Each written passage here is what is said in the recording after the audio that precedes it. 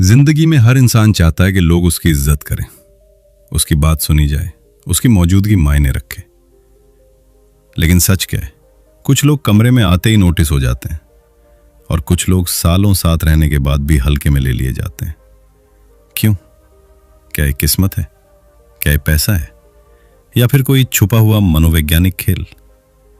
आज की इस ऑडियो बुक में हम बात करेंगे 7 ऐसे साइकोलॉजिकल लॉस की जो आपको सिखाएंगे कि अपनी वैल्यू कैसे बनानी है, अपना प्रभाव कैसे बढ़ाना है और लोगों के दिमाग में अपनी जगह कैसे पक्की करनी है। यह मैनिपुलेशन नहीं है, यह समझ है, मानव स्वभाव की समझ। तो ध्यान से सुनिए, क्योंकि शायद आज के बाद लोग आपको पहले जैसा नहीं देखेंगे। लॉ 1, खुद को वैल्यू दो तभी दुनिया देगी। सच सुनना है, दुनिया आपको उतनी इज्जत देती है जितनी आप खुद को देते हैं, ना एक रत्ती ज्यादा ना कम। अगर आप खुद को हर समय उपलब्ध रखते हैं, हर बात पर हाँ कहते हैं, हर किसी की मंजूरी का इंतजार करते हैं, तो लोग आपको ऑप्शन समझेंगे, प्रायोरिटी नहीं। कड़वा है लेकिन सच है। आप कहते हैं लोग मेरी कदर नहीं करते। मैं पूछता हूं, आपने खुद की कदर कब की? आप अपनी मीन सैक्रिफाइस करते हैं दूसरों के लिए, अपनी एनर्जी खर्च करते हैं ऐसे लोगों पर जो आपको याद भी नहीं करते, अपना समय उन जगहों पर लगाते हैं जहां आपकी जरूरत नहीं, बस सुविधा है, और फिर उम्मीद करते हैं कि लोग आपको सीरियस लें। रिस्पेक्ट भीख में नहीं मिलती, रिस्पेक्ट कमानी पड़ती है, और उसकी शुरुआत सेल्फ रिस्पेक्ट से होती है। सेल्फ रिस्पेक्ट का मतलब एटीट्यूड नहीं है, मतलब है बाउंड्रीज। अगर आप हर वीकेंड दोस्तों के बुलाने पर भागते रहेंगे तो कोई आपकी प्लानिंग की कदर नहीं करेगा। अगर आप ऑफिस में हर एक्स्ट्रा काम बिना सवाल के उठा लेंगे तो आपको हार्डवर्किंग नहीं, फ्री रिसोर्स समझा जाएगा। अगर आप रिश्ते में हर गलती इग्नोर करते रहेंगे तो सामने वाला सुधरेगा नहीं और बिगड़ेगा। लोग वही करते हैं जो आप उन्हें अलाउ करते हैं।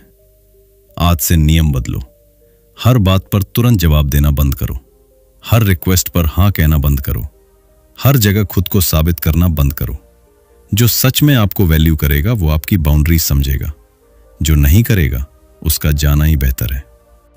याद रखो, स्केर्सिटी वैल्यू बढ़ाती है।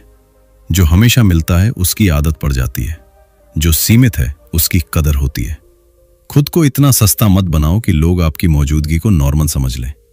अपनी स्किल्स पर काम करो, अपनी बॉडी का ख्याल रखो, अपनी कम्युनिकेशन इंप्रूव करो, अपने गोल्स क्लियर रखो।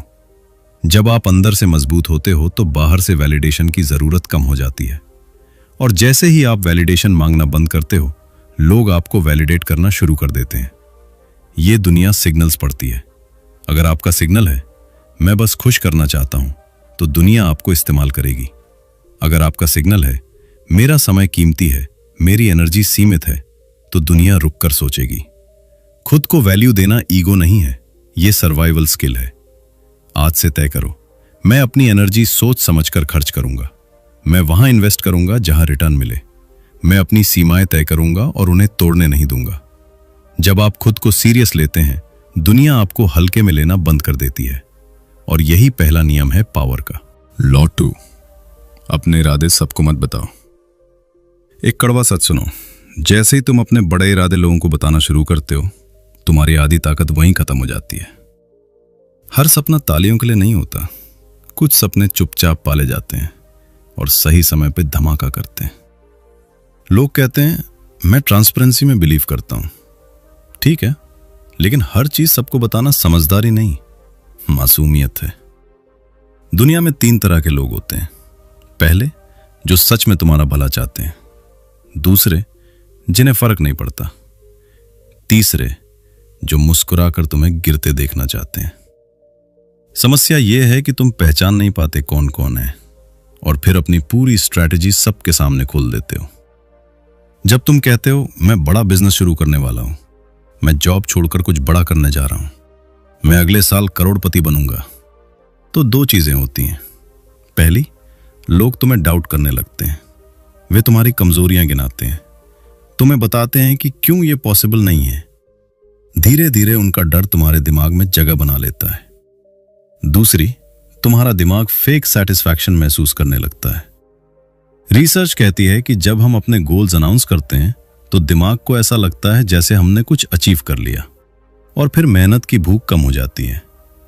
यानी तुमने काम शुरू करने से पहले ही रिवॉर्ड ले लिया। पावर क्या है? पावर है सरप्राइज। सबको बता देना कि तुम क्या करने वाले हो, मतलब ओपोनेंट को पहले से बता देना कि तुम्हारी चाल क्या है। शतरंज में कोई खिलाड़ी अपनी अगली चाल पहले नहीं बताता। जीवन भी शतरंज ही है। चुपचाप स्किल बनाओ, चुपचाप नेटवर्क बनाओ, चुपचाप पैसे जोड़ो, चुपचाप बॉडी बनाओ, और जब रिजल्ट सामने आए तो लोगों को एक्सप्लेन करने की जरूरत नहीं पड़ेगी। एक और सच्चाई समझो, हर कोई तुम्हारी ग्रोथ से खुश नहीं होगा। कुछ लोग तुम्हें वहीं देखना चाहते हैं जहां वे हैं। अगर तुम ऊपर जाने की बात करोगे तो वे तुम्हें नीचे खींचने की कोशिश करेंगे, कभी मजाक में, कभी सलाह के नाम पर, कभी रियलिस्टिक बनो कहकर।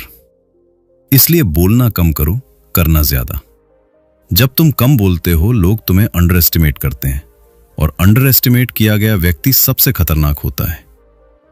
याद रखो, नॉइज अटेंशन लाता है, साइलेंस पावर बनाता है। आज से अपने गोल्स डायरी में लिखो, हर किसी की टाइमलाइन पर नहीं। अपने इरादे दिल में रखो, काम हाथ में रखो, और परिणाम दुनिया के सामने रखो। जब तुम चुपचाप बढ़ते हो तब तुम्हें कोई रोक नहीं पाता। और यही है दूसरा नियम, अपने इरादे सबको मत बताओ। लॉ 3, हमेशा उपलब्ध मत रहो। अगर तुम हर समय उपलब्ध हो तो तुम खास नहीं हो। सीधी बात है। जो इंसान हर कॉल तुरंत उठाता है, हर मैसेज का तुरंत जवाब देता है, हर प्लान के लिए तुरंत हाँ कह देता है, उसकी मौजूदगी धीरे धीरे सामान्य हो जाती है। और जो सामान्य है उसकी कदर नहीं होती। तुम सोचते हो कि हमेशा अवेलेबल रहना तुम्हें अच्छा इंसान बनाता है, लेकिन सच ये है, ये तुम्हें प्रेडिक्टेबल बना देता है। और प्रेडिक्टेबल लोग एक्साइटिंग नहीं होते, उनकी वैल्यू गिरती जाती है। मानव मन स्कैर्सिटी को महत्व देता है। जो चीज सीमित है वही कीमती है। सोचो, अगर कोई दोस्त हर समय फ्री है तो तुम उसे कब चाहोगे? जब मन हुआ। लेकिन अगर वही दोस्त व्यस्त रहता है, उसका अपना स्केड्यूल है, अपनी प्रायोरिटीज हैं, तो तुम उससे मिलने के लिए समय एडजस्ट करोगे। क्यों? क्योंकि उसका समय कीमती है। अब सवाल है, क्या तुम्हारा समय कीमती है? अगर तुम हर किसी के मूड, हर किसी की जरूरत, हर किसी के खालीपन को भरने में लगे रहोगे तो तुम्हारी अपनी जिंदगी कब बनेगी? हमेशा उपलब्ध रहना अक्सर इनसिक्योरिटी से आता है।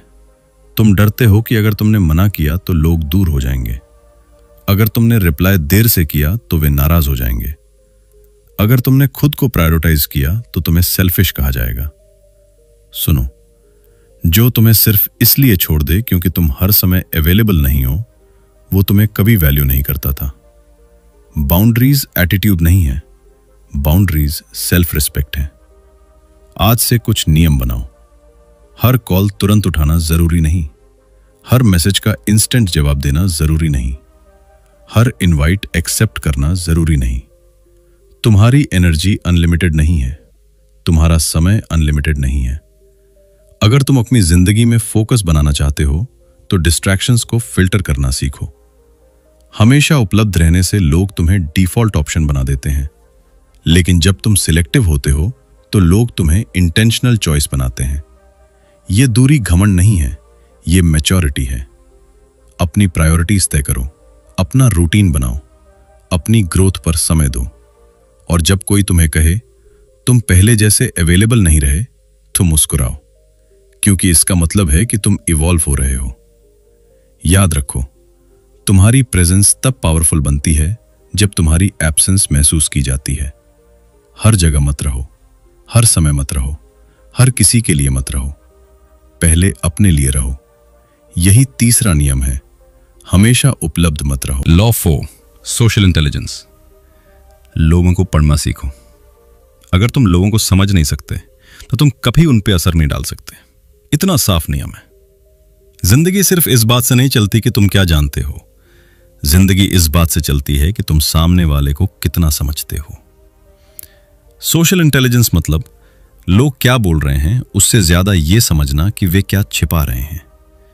हर इंसान दो बातें करता है, एक जो वो शब्दों में कहता है, दूसरी जो उसकी बॉडी लैंग्वेज, टोन और साइलेंस कहती है। तुम्हें दूसरी वाली सुननी है। मीटिंग में कोई हां बोल रहा है लेकिन उसकी आंखें कांटेक्ट अवॉइड कर रही हैं। उसके हाथ बंधे हुए हैं, उसकी आवाज में उत्साह नहीं है, मतलब वो कन्विंस नहीं है। अगर तुम सिर्फ शब्द सुनोगे तो गलती करोगे, अगर तुम संकेत पढ़ोगे तो खेल जीतोगे। पावर लाउड होने से नहीं आती, पावर सही जगह सही प्रतिक्रिया देने से आती है। अधिकांश लोग सिर्फ अपनी बात कहने में व्यस्त रहते हैं, वे सुनते नहीं, वे इंतजार करते हैं कि कब बोलने का मौका मिले, और यहीं तुम आगे निकल सकते हो।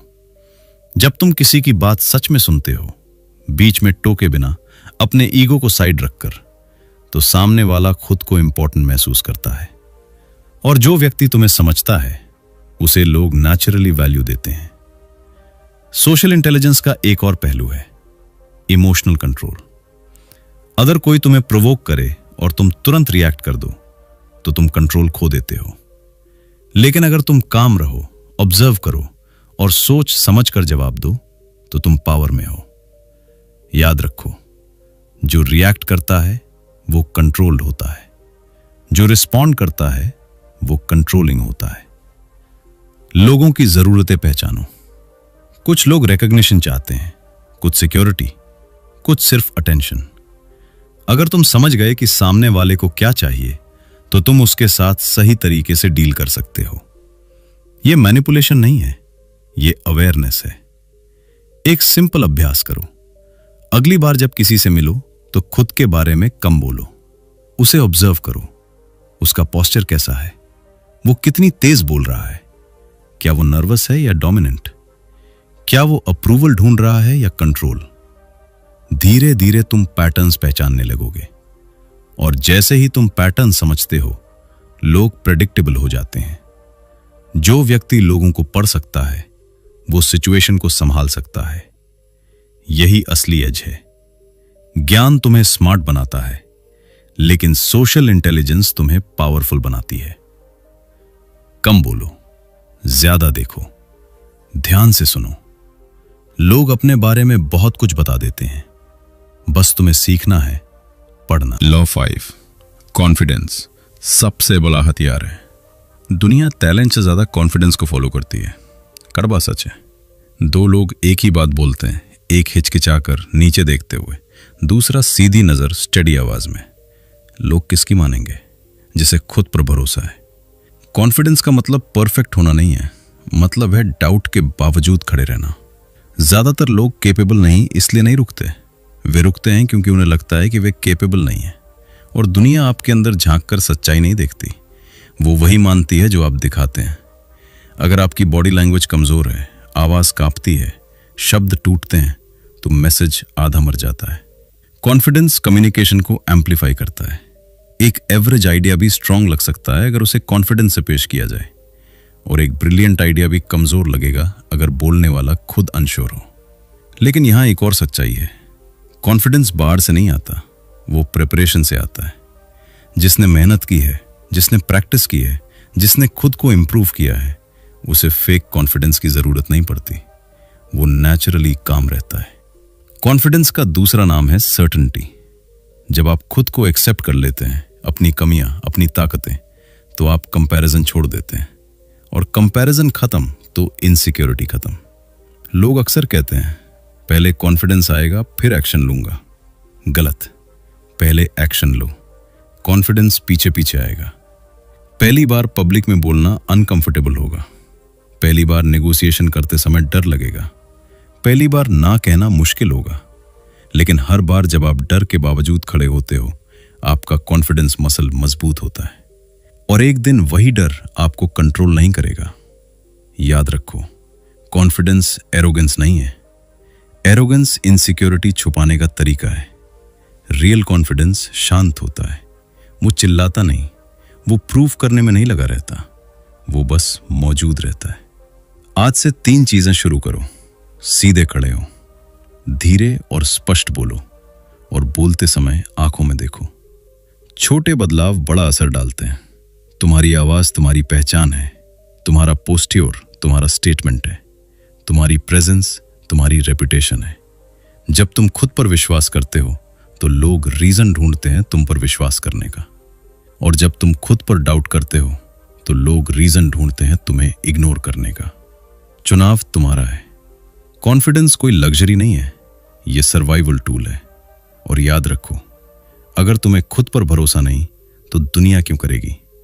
कॉन्फिडेंस बनाओ, क्योंकि यही तुम्हारा सबसे बड़ा हथियार है। लॉ 6, परिणाम दिखाओ, बहाने नहीं। दुनिया को आपकी कहानी में दिलचस्पी नहीं है, उसे आपका परिणाम चाहिए। आप कह सकते हैं कि आपने बहुत मेहनत की, आप बता सकते हैं कि हालात खराब थे, आप समझा सकते हैं कि समय साथ नहीं दे रहा था, लेकिन अंत में सवाल एक ही रहेगा, नतीजा क्या है। कठोर लगता है, पर यही सच है। बहाने हमेशा मिल जाते हैं। ट्रैफिक था, टीम सपोर्टिव नहीं थी, घर का माहौल सही नहीं था, मार्केट खराब था। सवाल यह है, इन सब के बावजूद आपने क्या किया। रिजल्ट प्रेशर से बनता है, एक्सक्यूजेस से नहीं। दो लोग एक ही परिस्थिति में होते हैं, एक रोता है, दूसरा रास्ता ढूंढता है। पहला सिंपैथी पाता है, दूसरा रिस्पेक्ट। और याद रखो, सिंपैथी अस्थायी होती है, रिस्पेक्ट स्थायी। बहाने आपको उस पल में सुकून दे सकते हैं, वे आपके ईगो को बचा सकते हैं, लेकिन वे आपकी ग्रोथ को मार देते हैं। जब आप हर असफलता के लिए बाहर की वजह ढूंढते हैं तो आप अपने हाथ से कंट्रोल छोड़ देते हैं। लेकिन जब आप कहते हैं, ठीक है, गलती मेरी थी, मैं बेहतर कर सकता था, तो आप कंट्रोल वापस ले लेते हैं। रिजल्ट ओरिएंटेड लोग अलग सोचते हैं। वे पूछते हैं, अगर प्लान ए नहीं चला तो प्लान बी क्या है। अगर स्किल कम है तो सीखना कब शुरू करूं। अगर परफॉर्मेंस गिर रही है तो डिसिप्लिन कहां टूटा। वे रोते नहीं, वे एडजस्ट करते हैं। याद रखो, दुनिया कोशिशों की नहीं, कंसिस्टेंसी की इज्जत करती है। एक दिन की मेहनत नहीं, रोज की मेहनत रिजल्ट बनाती है। जिम में पसीना बहाने की कहानी मत सुनाओ, शरीर ऐसा बनाओ कि कहानी की जरूरत ही ना पड़े। बिजनेस में स्ट्रगल की दास्तान मत सुनाओ, प्रॉफिट दिखाओ। रिलेशनशिप में एफर्ट की गिनती मत करो, स्टेबिलिटी दिखाओ। रिजल्ट बोलता है, और जब रिजल्ट बोलता है तो लोग चुप हो जाते हैं। इसका मतलब यह नहीं कि असफलता नहीं होगी, असफलता होगी, बार बार होगी। लेकिन फर्क यह है, क्या आप उससे सीखते हो या उसे जस्टिफाई करते हो। एक्सक्यूज कमजोर दिमाग का सहारा है, रिजल्ट मजबूत माइंडसेट की पहचान है। आज से अपने दिन का हिसाब बदलो। दिन के अंत में खुद से पूछो, मैंने क्या हासिल किया, मैंने क्या इंप्रूव किया, मैंने क्या पूरा किया। अगर जवाब खाली है तो कहानी मत बनाओ, स्ट्रैटेजी बदलो, क्योंकि अंत में दुनिया यही देखेगी, आपकी मेहनत नहीं, आपका असर। और जो असर पैदा करता है उसी को असली पावर मिलती है। इसलिए याद रखो, परिणाम दिखाओ, बहाने नहीं। लॉ 7, सीखना बंद किया तो गिरना शुरू। जिस दिन आपने सोचा कि अब मैं काफी जानता हूं, उसी दिन आपकी गिरावट शुरू हो चुकी होती है। दुनिया रुकती नहीं है, टेक्नोलॉजी बदल रही है, स्किल्स बदल रही हैं, लोग बदल रहे हैं, मार्केट बदल रहे हैं। अगर आप अपडेट नहीं हो रहे तो आप आउटडेटेड हो रहे हैं। इतना सीधा है। ज्यादातर लोग कंफर्ट जोन में सेटल हो जाते हैं। एक जॉब मिल गई, एक रूटीन बन गया, एक पहचान बन गई, फिर वे सीखना बंद कर देते हैं और धीरे धीरे वही लोग कंप्लेन करने लगते हैं। आजकल कंपटीशन बहुत बढ़ गया है, नई जनरेशन आगे निकल रही है, पहले जैसा रिस्पेक्ट नहीं मिलता। रिस्पेक्ट स्टैग्नेंट लोगों को नहीं मिलता, रिस्पेक्ट इवॉल्विंग लोगों को मिलता है। ग्रोथ चॉइस है और गिरावट डिफॉल्ट। अगर आप कुछ नया नहीं सीख रहे तो आप पीछे जा रहे हैं, चाहे आपको महसूस हो या नहीं। सोचो, अगर आप पिछले 3 साल से वही स्किल्स, वही सोच, वही आदतें दोहरा रहे हो, तो आप 3 साल पहले वाले वर्जन से कितने अलग हो। पावर उन लोगों के पास जाती है जो अडेप्ट कर सकते हैं, जो सीखते हैं, जो अनलर्न करते हैं, जो ईगो छोड़कर बिगिनर बनने को तैयार रहते हैं। ईगो सबसे बड़ा दुश्मन है ग्रोथ का। कुछ लोग कहते हैं, अब इस उम्र में क्या नया सीखना। यही सोच उन्हें एवरेज बना देती है। सच्चाई यह है, आप या तो ग्रो कर रहे हो या गिर रहे हो, बीच में कुछ नहीं है। हर महीने एक स्किल जोड़ो, communication, finance, technology, health, leadership, कुछ भी, लेकिन स्टैटिक मत रहो। लर्निंग सिर्फ किताबें पढ़ना नहीं है, लर्निंग ऑब्जर्वेशन है, फीडबैक लेना है, गलती मानना है और फिर सुधार करना है। जो व्यक्ति खुद को अपग्रेड करता रहता है वो कभी इररिलेवेंट नहीं होता। लोग नेचुरली उसकी तरफ देखते हैं, उससे सलाह लेते हैं, उसे सीरियस लेते हैं, क्योंकि वो इवॉल्व कर रहा है। याद रखो, आज जो स्किल आपको खास बनाती है, कल वही कॉमन हो सकती है। इसलिए हंगर बनाए रखो, बिगिनर माइंडसेट रखो। हर कमरे में खुद से पूछो, मैं यहां क्या सीख सकता हूं। जब आप सीखना बंद करते हो तो आप मेंटली बूढ़े हो जाते हो, भले आपकी उम्र कुछ भी हो। और जब आप सीखते रहते हो तो आप डेंजरस बन जाते हो, क्योंकि आप प्रेडिक्टेबल नहीं रहते। दुनिया तेज है, आपको उससे तेज बनना होगा। इसलिए आखिरी नियम याद रखो, सीखना बंद किया तो गिरना शुरू। अब तक आपने 7 नियम सुन लिए, लेकिन ज्ञान बिना एक्शन के सिर्फ एंटरटेनमेंट है। अगर आप इन लॉस को अपनी जिंदगी में उतार नहीं रहे तो आप बस मोटिवेट होकर फिर से पुराने पैटर्न में लौट जाएंगे। इसलिए यहां कोई लंबी फिलॉसफी नहीं, सीधा फ्रेमवर्क फॉलो करो वरना भूल जाओ। स्टेप 1, सेल्फ ऑडिट करो।